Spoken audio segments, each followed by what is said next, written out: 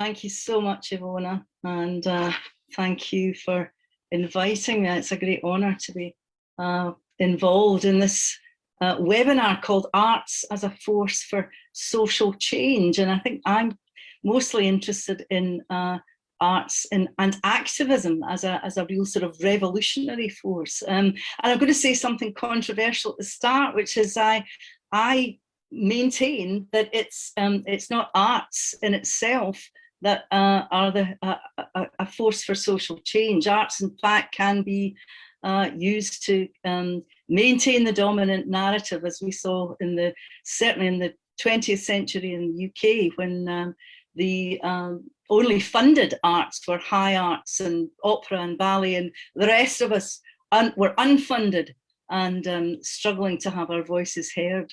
So artists, I see, are the force for social change, using practices like community arts, participatory arts, socially engaged arts, artistic interventionism, all underpinned by ethics and values that embrace social justice. They all involve teaching and learning, co-creation in terms of authorship, and they work on a symbolic, subliminal level, using often humour and fun, often celebration of resources, heritage, people, stories, and place. And I'm going to say something else kind of controversial, which is that Scotland is where it all began, from the 1960s, when artists empowered local people in central Scotland, housing schemes like Easterhouse, Craig Miller, and others. Artists and social change in Scotland have been inextricably linked. Community arts told stories of unique working class culture, their families, struggles, and achievements. Until community arts was appropriated by local authorities, arts and sport service delivery agendas, and rendered toothless in the 1980s. I wanted to approach this from, as so many of you have done this afternoon, from telling my own personal narrative that started in the early 1980s at the tail end of the Easterhouse Festival Society. That really was the embodiment of community arts and activism. Artists were embedded there, seamless teams, so artists, activists, local residents, young people, and empowerment was the baseline approach. In fact, Easterhouse Festival Society was probably one of the earliest community development trusts with a cultural focus. But the problem was there was no real understanding of why it was so powerful. Artists themselves wrote themselves out of the narrative. We described this as spontaneous combustion, where communities were apparently suddenly springing into activism and huge creativity. And only later did we discover that this was a Europe-wide phenomenon, and the French called it Génération Sans Aid. And even cultural planners like Franco Bianchini in 1996 described Easterhouse Festival Society as a community who empowered and a community of activists, writing the artists out of the narrative completely. When in Easterhouse Festival Society collapsed, mainly through that lack of understanding of the power and the reason for the power of it. And Fablevision moved to working in the context of thematic social contexts. And in the early 1980s, we worked mostly with people with disabilities. We recognized in those days, people with disabilities were largely unseen. They were in locked hospital wards or in what were called adult training centres, where they came on a daily basis and they made macrame, or they put cotton wool balls into plastic packaging. But we could recognise that in those adult training centres were many, many individuals with real talent and commitment and aspiration. So over a 10-year period, we worked across Scotland. We identified those individuals.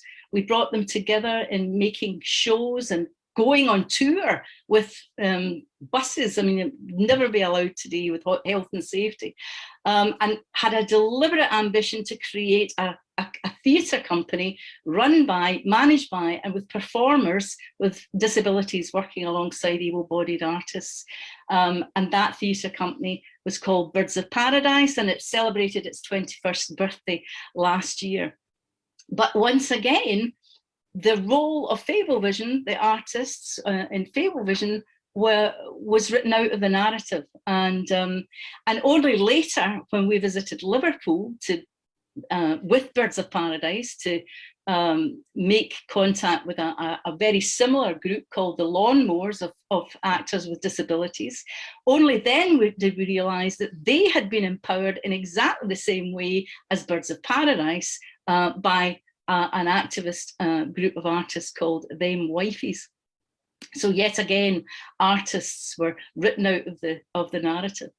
In the 1990s, we returned to place-based cultural planning with the Royston Road project, where in the northeast of Glasgow, two rival communities, both living in abject poverty, were in the parish of the local minister, whose aspiration was to join them together and attract more larger funding and have more aspirational practices.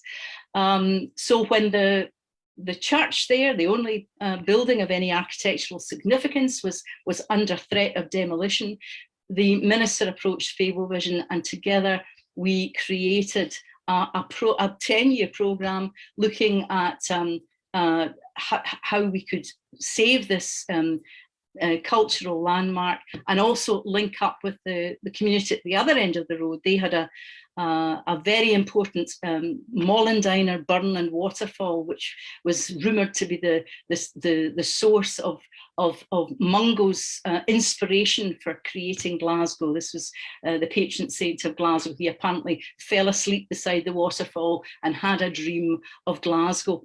So we didn't manage to save the church. The church was demolished, but we did save the spire. And with 4 artists, 4 residencies, we worked with the community to develop the Royston Road project, again as an emerging development trust, and 2 new public spaces for the area. So the starting point was those cultural resources, not the problems, and even those issues that were seen as problems, like young people unemployed, hanging about. We looked at them as the resources for generating the future. And one of the artist residency was as a pilot radio station, which celebrated its 20th birthday last year. Celebrating place, visioning futures, identifying the treasures of the Royston Road rather than the issues and problems, and developing those small new medium-sized enterprises like Bolt FM, which is the radio station, which exists today, providing jobs and training and employment. The aspiration to provide that, create that critical mass of gloriousness that would transform the narrative of the place. And indeed, that has happened. The Royston Road narrative transformed basically from the inside out, but reflected back to them from the outside in. Then in the 1990s, we've always been based in Govan, but we started working particularly in Govan, a post-industrial shipbuilding area of Glasgow with a huge heritage. Professor Stephen Driscoll of Glasgow University famously said, Govan has had 2 eras of greatness, and that's 2 more than most places. The first era, the medieval era, as the centre of the kingdom of Strathclyde, with Doomster Hill, the seat of kings, possibly crowning them and burying them there. One of the oldest churchyards in Europe, with its heart-shaped graveyard and Viking hogback stones. And then Govan's second era of greatness, with the shipbuilding, where the river was lined with shipyards, and the air rang to the noise of riveting and hammering.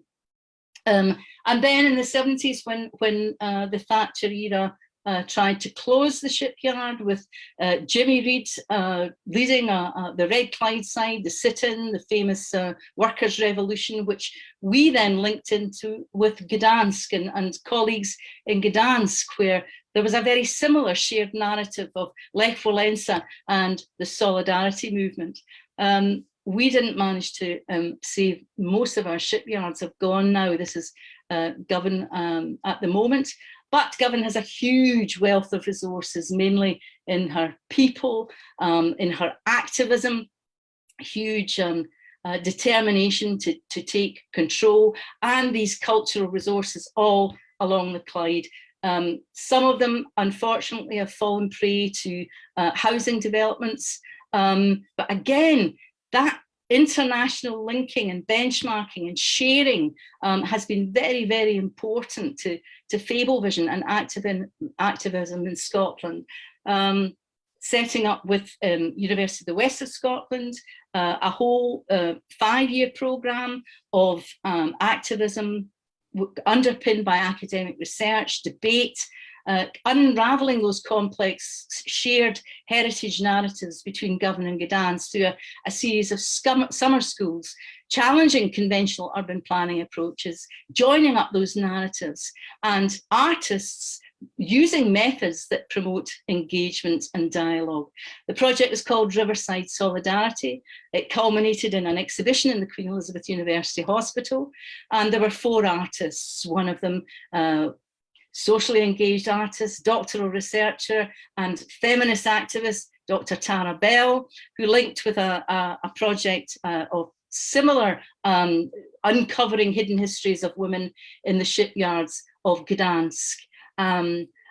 Andrew McAvoy, who had discovered shared narratives about building submarines between Govan and Gdansk for World War II, Lee Ivatt and Ben Parry, who built rope sculptures on the riverbanks in both Govan and Gdansk, and John Mullen, who created a series of heritage plaques, but all of it underpinned with dialogue, with architects, with politicians, with planners, with local people.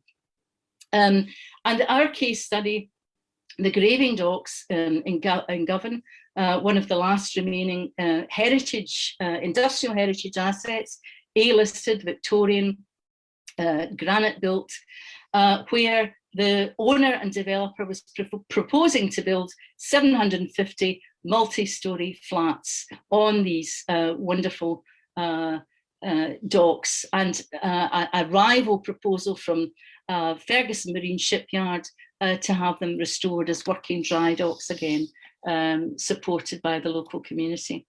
And that led to the Memory of Water project, with 6 artists with different methods in all different post-industrial cities, sharing those narratives. Govan, Gdansk again at the centre, but Limerick and Stockholm and Ostend all joining in, and using those participatory action research methods with artistic interventions and walks. Walking has been very, very important. Community consultation, very important. Political lobbying, also very important. So 4 decades on, what have we learned? Well, we've learned to distinguish all these different types of artistic approaches, participatory interventionism and community arts, etc.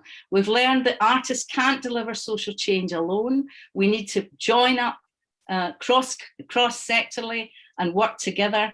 And we've learned that there are certain ingredients that can be present for implementing social change. We've also learned these approaches are longitudinal, they develop over years, sometimes decades, and crucially, that they're not new. Patrick Geddes, the Scottish geographer and planner, in 1887 was creating community pageants to teach about history.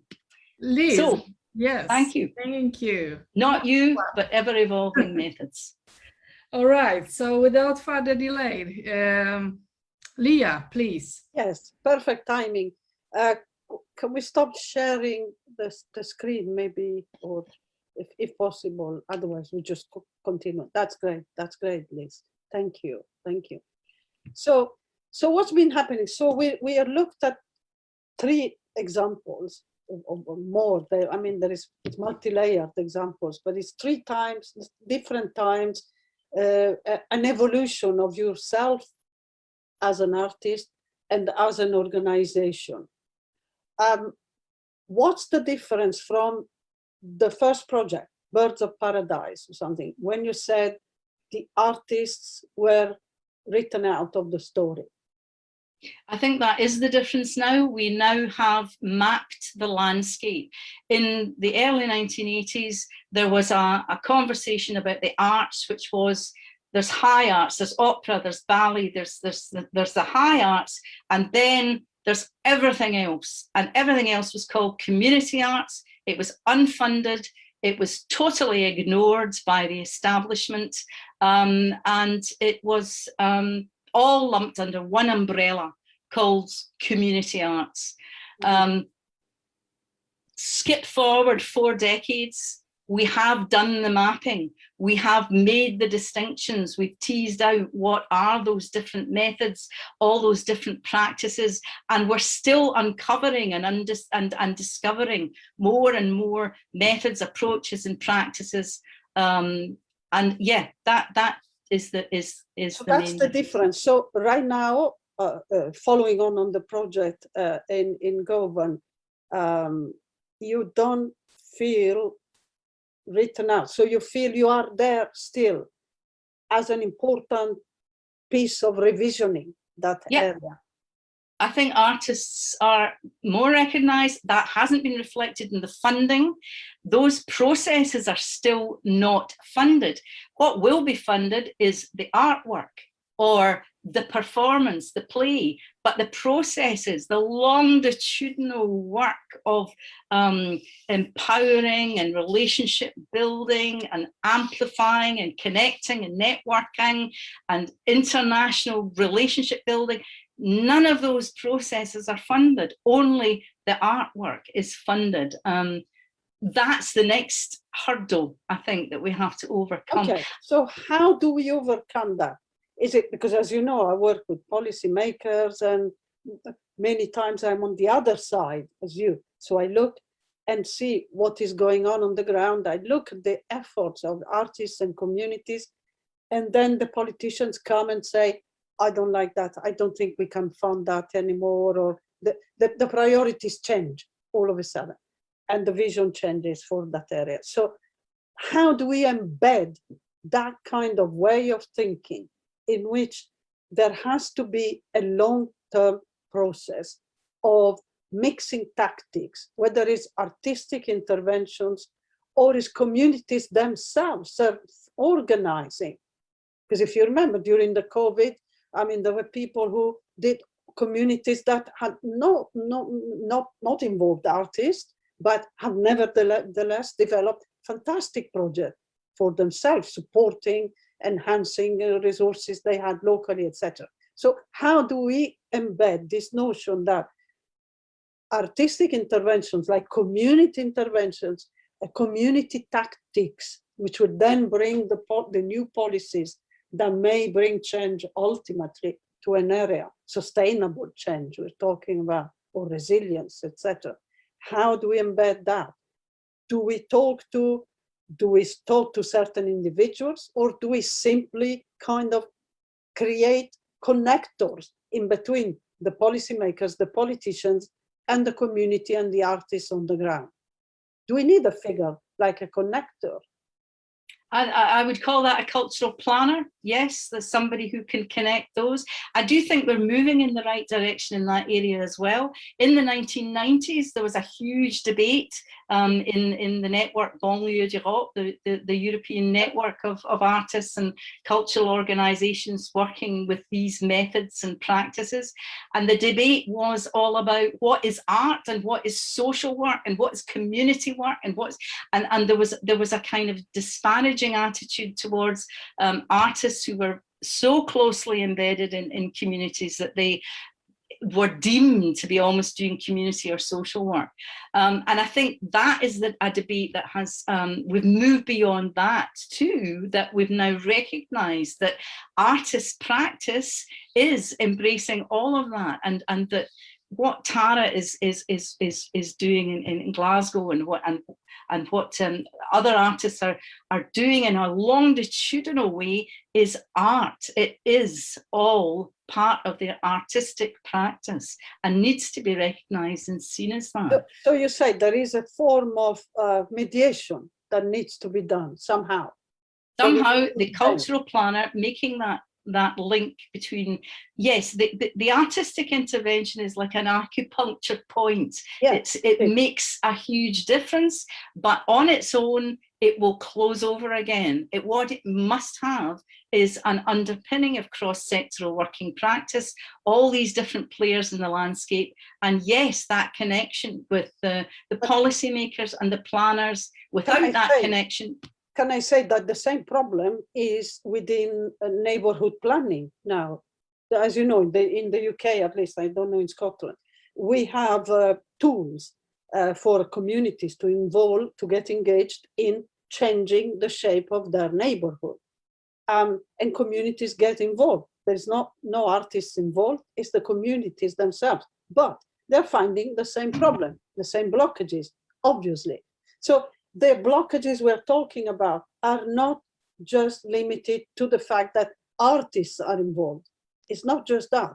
There are blockages that are part of the system in the way governance is shaped in a vertical way. So somehow, I will talk about cities, large or small, we need to find ways in which tactics from below, whether they are artistic interventions or not, tactics from below can genuinely inform policies.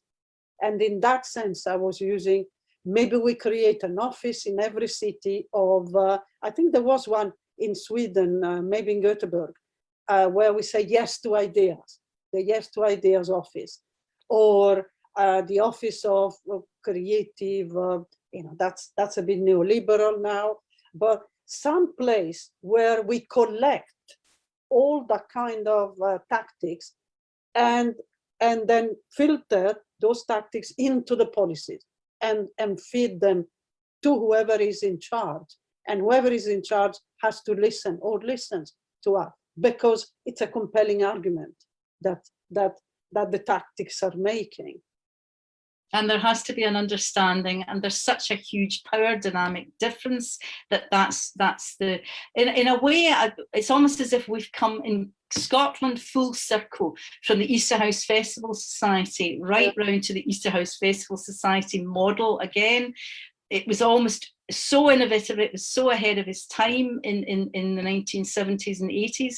But now we have things like the Stove Network in Dumfries, we have Govan Hill Baths Trust in Govan Hill, we have the Leith Walk Community Trust, we have all these artist-led creative approaches to community development, trust building, and they are making those links with planners and city councils and politicians. But the power dynamic of impacting on those property developers, there's the blockage, and that's the next big challenge. Something to reflect on. Yes, and that's what we did during the Memory of Water project a lot, right? Working with those shipyards, which you mentioned, with Gdańsk, with Stockholm, with Govan, and there are so many post-industrial culture spaces in the cities of Europe, which are contested still, and which needs that attention, which can be created by coming with art, coming with culture, and using those methodologies together with the community which lives there. And sometimes we also achieve results, like in Gdańsk, where the shipyard is actually a candidate to the UNESCO heritage now, and hopefully not being destroyed anymore. And also Govan, Ivona, where the 750 exactly. high-rise flats are not being built, and the developer has now incorporated the community aspirations of heritage and culture into his new plans. The next stage will be having him deliver those. Thinking about power of arts, right? Anyway, or power of artists.